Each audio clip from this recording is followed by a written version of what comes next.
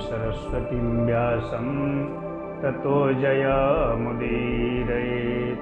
गुरुर्ब्रह्मा गुरुर्विष्णु गुरुर्देवो महेश्वर गुरुर्साक्षात् परब्रह्म तस्मै श्री गुरुवे नमः। अस्मद्गुरुभ्यो नमः। गुरुचरणकमलेभ्यो नमः।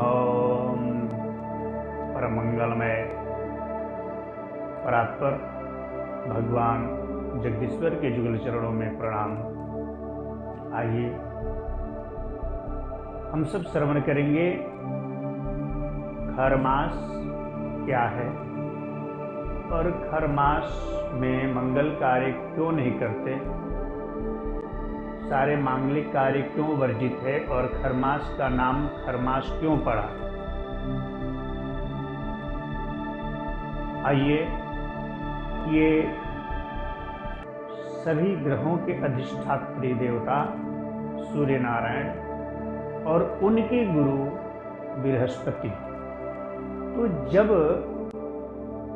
ये सूर्य 7 घोड़ों से जोते हुए रथ में सवार आरूढ़ होकर के चलते हैं और ये चलते चलते जब धनु राशि और मीन राशि अपने गुरु की राशि पे, धनु राशि और मीन राशि के स्वामी बृहस्पति और वो देवताओं के गुरु और अपने गुरु की राशि में गोचर में जब प्रवेश करते हैं सूर्य धनु राशि पे और मीन राशि पे, तो ये 2 संक्रांतियां लगती है धनु राशि और मीन राशि की।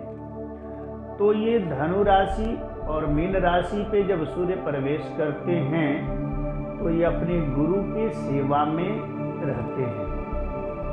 तो विशेषकर ये पौष महीना में जो ये धनु राशि में प्रवेश जब सूर्य करते हैं तो ये खरमास लगता है। खरमास का अर्थ होता है, खर मतलब गधा, गधा के संदर्भ में आया है खर मतलब गधा, और दूसरे अर्थ में खर मतलब दुष्ट होता है।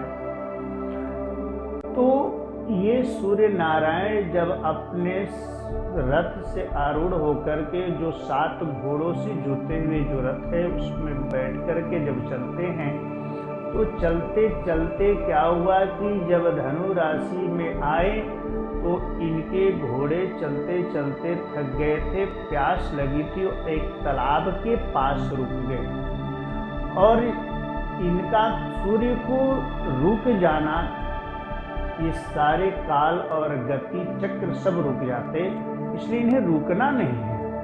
तो घोड़े को जब प्यास लगी और घोड़े चलते चलते तालाब के पास रुक गए प्यास बुझाने के लिए, तो उस स्थिति में वहां पे उनको सूर्य नारायण को 2 गधे दिखे और उस गधे को रथ में जोत करके चलते हुए बने। तो उस गधे को जब रथ में जोड़े तो घोड़े के जगह पे जब गधा लगाए तो इनकी गति जो है थोड़ी धीरे हो गई और इनका तेज कम हो गया, और उस तेज को बढ़ाने के लिए ये देवताओं का आराधना और मानवों के लिए ये विशेष करके जब धनु राशि पे जब सूर्य जाते हैं तो इनकी गति जो है स्लो धीरे और धीमी पड़ जाती है। तो उस स्थिति में ये अपने गुरु के सेवा में रहते हैं और चराचर जगत की प्राणी को के ऊपर इनकी दृष्टि जो है कम पड़ती है और इनकी तेज भी कम हो जाती है।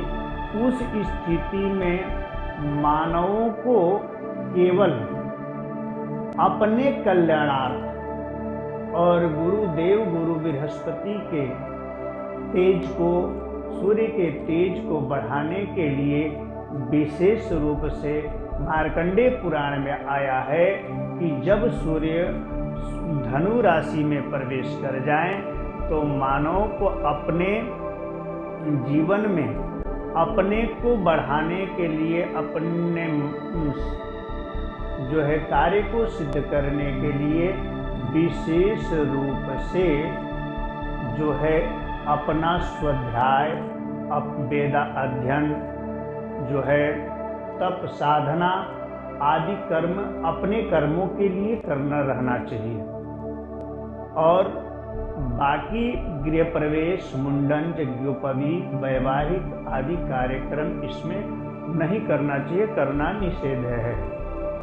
इसमें स्वतः अपने को फल पाने के लिए, अपनी शक्ति को बढ़ाने के लिए, अपने तेज को बढ़ाने के लिए और सूर्य के तेज को बढ़ाने के लिए, सूर्य को प्रसन्न करने के लिए इसमें आया है कि विशेष रूप से सूर्य का आराधना करना चाहिए। सूर्योदय से पूर्व उठ करके और मधु, रोरी, तांबे के लोटा में जल, पुष्प और लाल फूल लेकर के सूर्य को अर्पण करना चाहिए। आदित्य हृदय स्तोत्र के पूरे मास जो है पाठ करना चाहिए।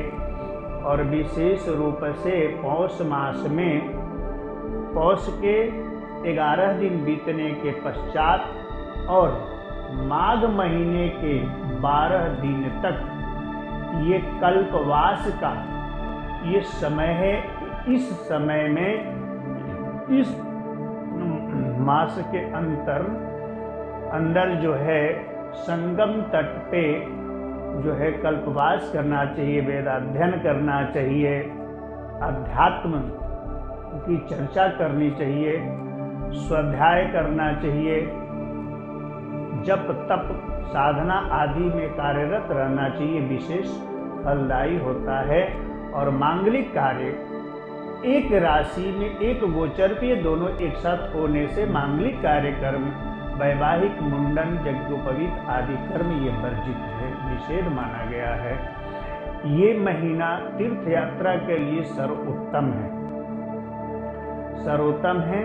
तो खर मास नाम इसलिए पड़ा कि खर मतलब गधा, जो सूर्य नारायण अपने घोड़ों के जगह पे गधे को जो जोत करके रथ में जो चलमान हुए, ये धनु राशि से मकर राशि पर्यंत, तो इनकी गति तेज जो है धीमी पड़ गई।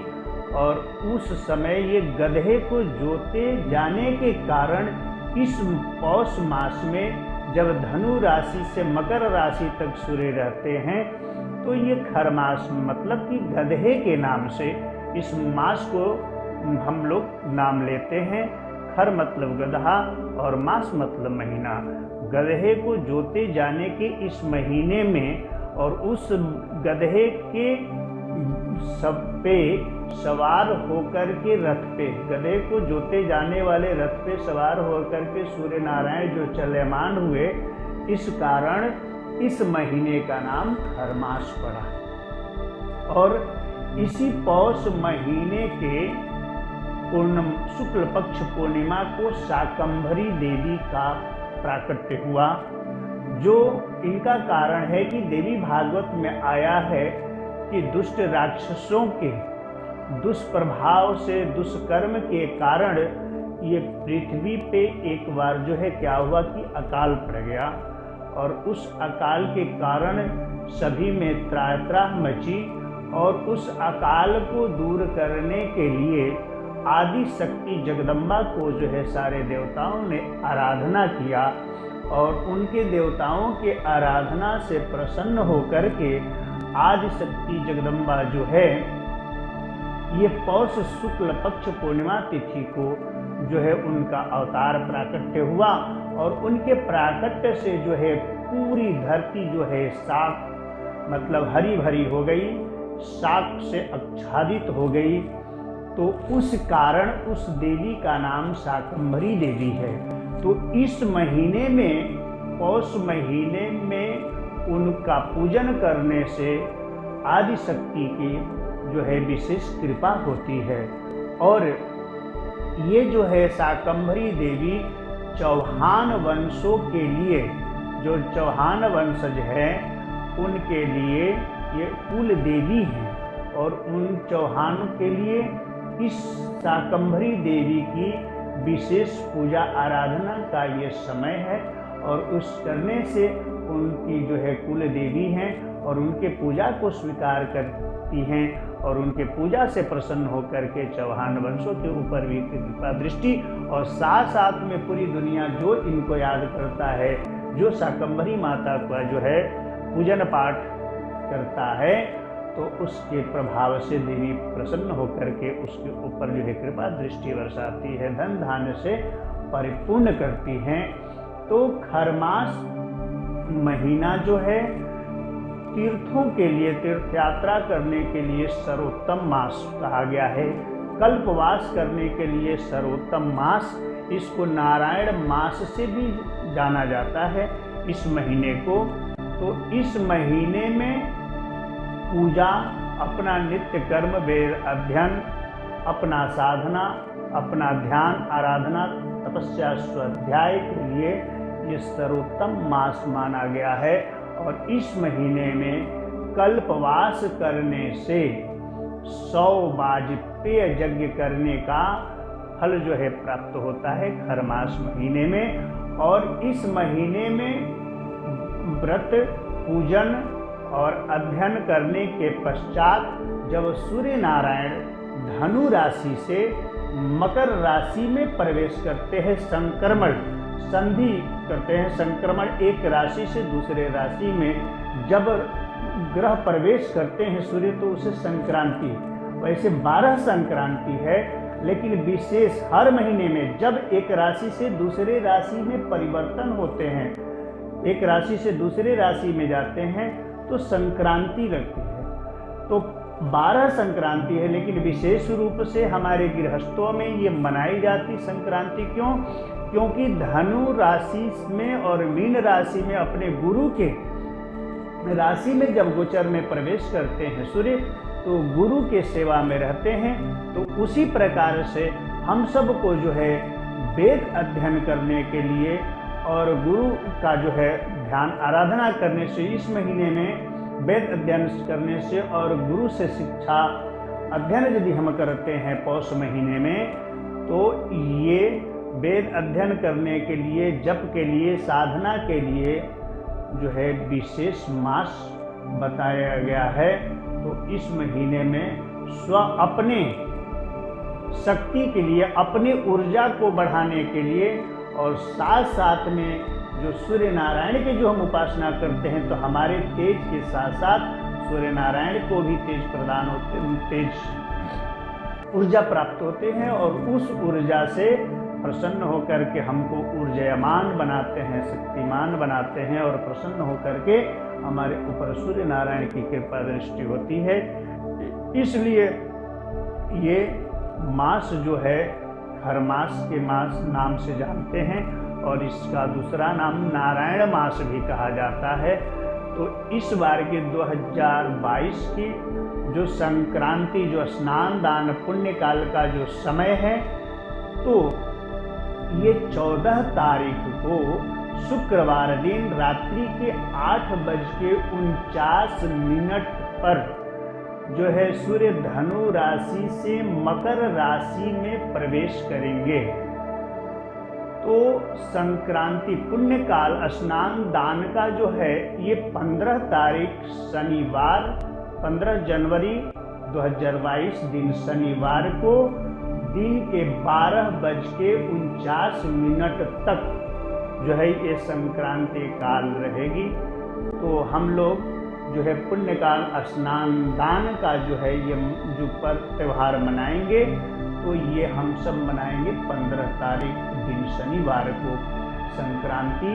तो 14 तारीख को रात्रि के 8:49 पे ये लग जाएगी। लेकिन हम लोग ये पुण्य काल और स्नान दान का जो है ये हम मनाएंगे 15 तारीख को शनिवार को दिन के 12:49 से पूर्व ये हमारा समय रहेगा।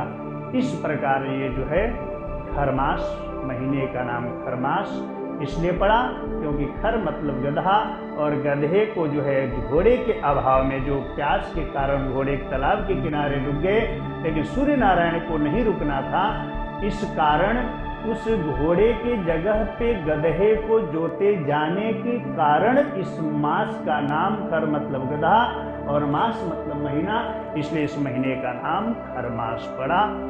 और इस प्रकार जो है इस समय पूजा अध्ययन करने से ये विशेष फल बताया गया है। हम सब श्रवण किए। बोले लक्ष्मी नारायण भगवान की जय।